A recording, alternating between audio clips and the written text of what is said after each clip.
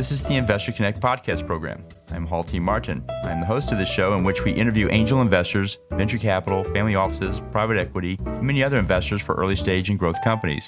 I hope you enjoy this episode. Interested in learning more about investing in startups, launching a new startup and need to raise funding? The Startup Funding Espresso is a daily podcast in a short, concise format delivered to your inbox every day, Monday through Friday.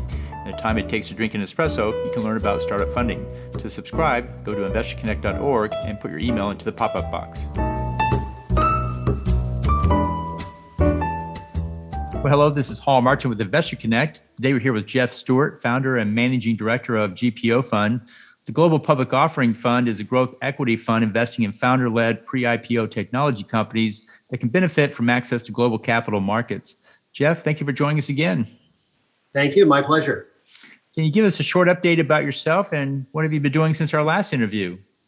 Yeah, we've been focused on growing our fund and backing ambitious founders who want to accelerate their international growth and accelerate their path to the global capital markets. Well, great. And so let's talk about your investing experience. So what company do you regret not investing in? Well, lots. But I think a couple stand out. Most recently, Current. We launched our fund in 2018 and had known the team over at Current for a long time. Really impressed with their technology. And we're just too early in our fund structuring to be able to back that. But I think you're going to see great things out of them. And Andreessen Horowitz has been very supportive lately, and I think you'll see them continue to grow. And why didn't you invest in them at the time? At the time, we were early in starting our fund, and we had limited bandwidth and limited financial resources, that was one that got away.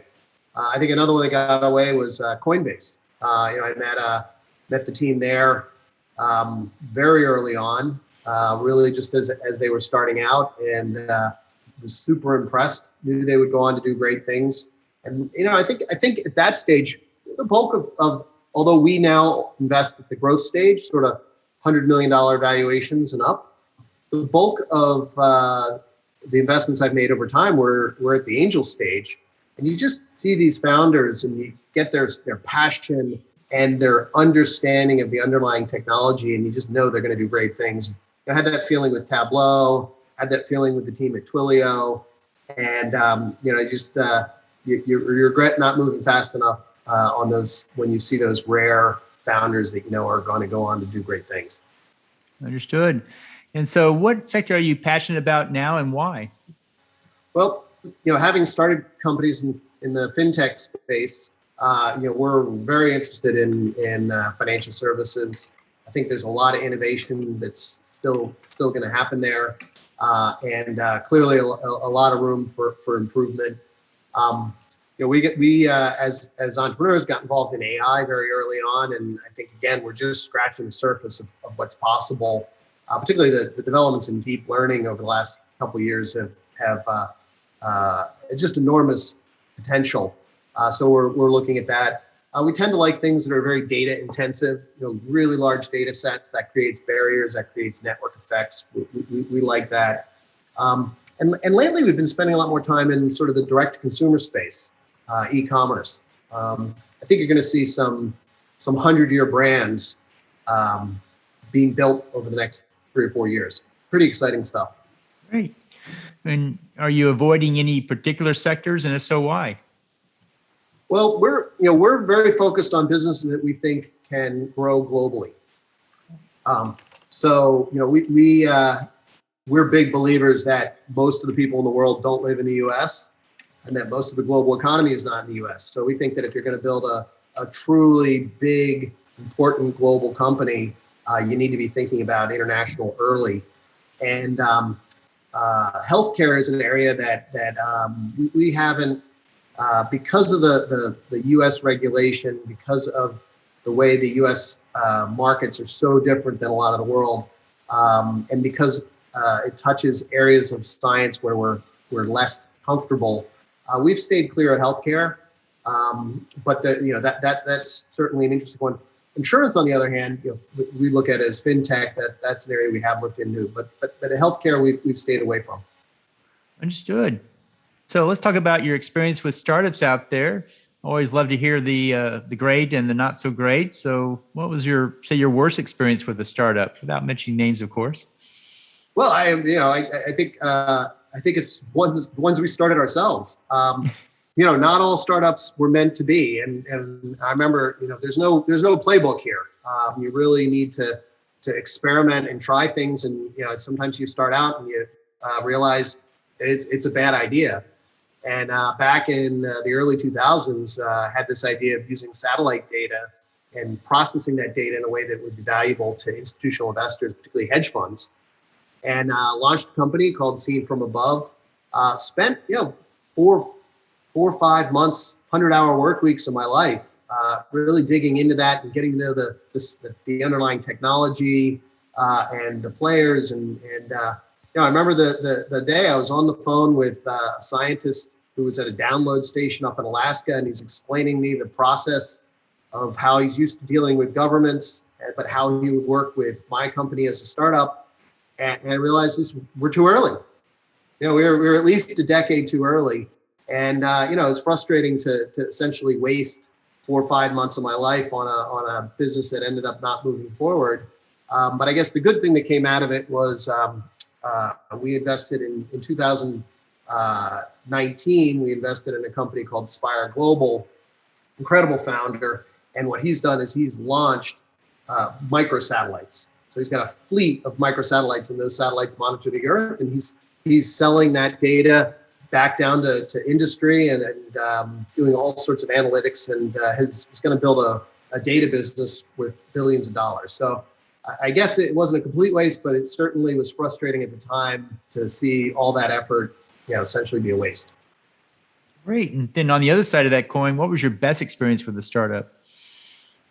Well, I think that what I find most rewarding is when you mentor someone, when you change their life by having them be involved in your startup, and then you see them go on to start their own company, to buy a house with exercising options that you gave them, and seeing them hiring other people. It's that sort of next that follow on that happens after your startup is really exciting, and that you've had a positive impact on someone who had high potential coming into your business, and probably would have succeeded with or without you, but that you definitely had an influence on their success and the success of the company they started.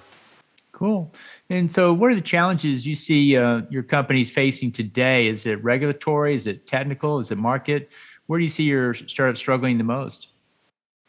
Maybe this is ask a plumber and he'll tell you it's plumbing, but for me, we're very focused on companies being able to move into the public market sooner. So it used to be when I first got into venture capital as an entrepreneur, VCs would say, A, B, C is great, but D rounds are for dead. You go public after your C round, and you had great companies that would go public at $200, $300 million valuations. And there were hundreds of them that go public every year in the U.S. And then there was a big structural change in the U.S. capital market. And we think that was to the detriment of entrepreneurship. So SPACs have been an attempt to solve that problem, and have done a good job at solving a piece of the problem, which is the headache and complexity and distraction associated with listing in the U.S. And SPACs have an enormous amount of potential. We have an alternate path that we've spent a lot of time studying and building a playbook, which is listing abroad. It turns out about 10% of all IPOs are cross-border. It turns out that the international capital markets are very receptive to companies sort of at that sub $2 billion, think 400 to $1.4 billion valuations. They can't get enough of high growth, high potential technology companies.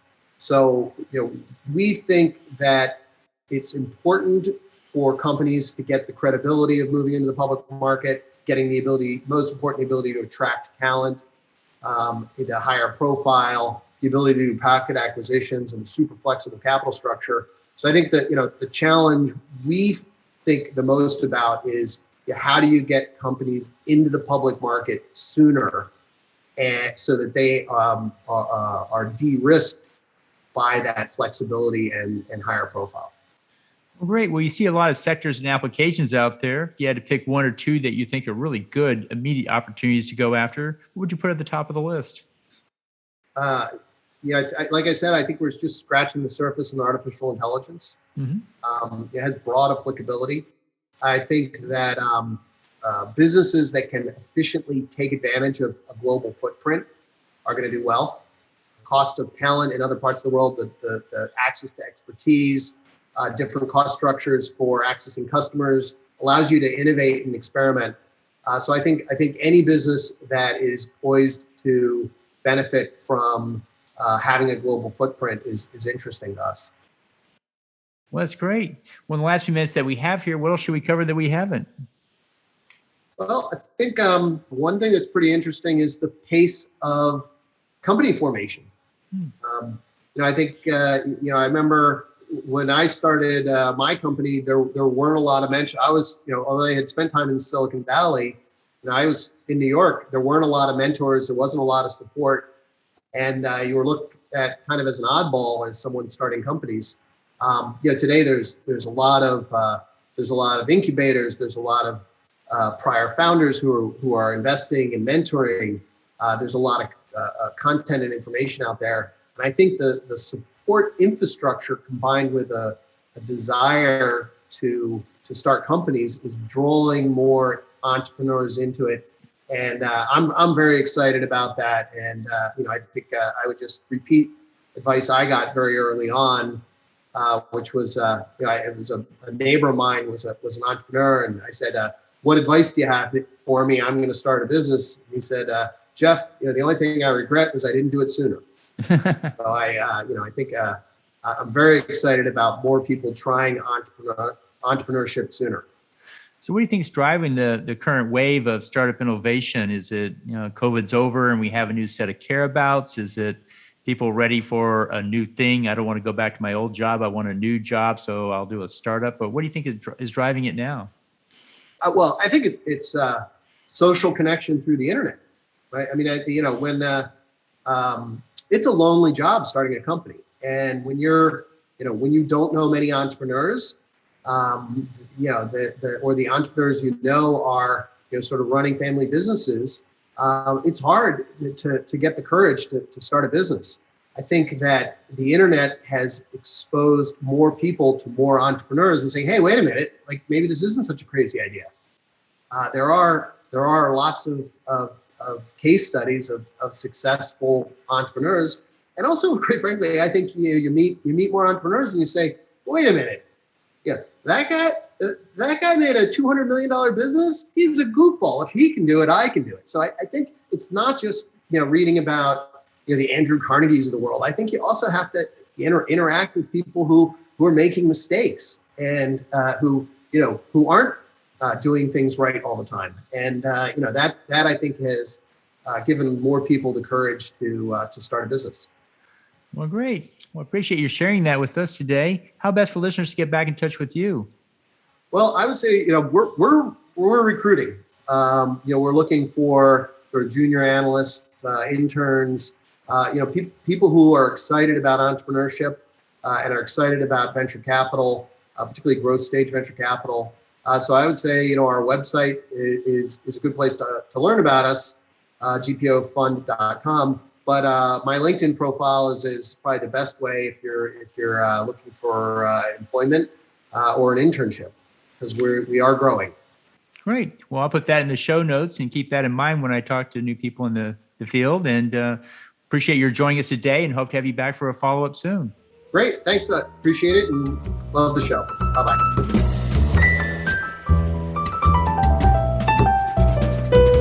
Investor Connect helps investors interested in startup funding. In this podcast series, experienced investors share their experience and advice. You can learn more at investorconnect.org. Paul T. Martin is the director of Investor Connect, which is a 501c3 nonprofit dedicated to the education of investors for early stage funding.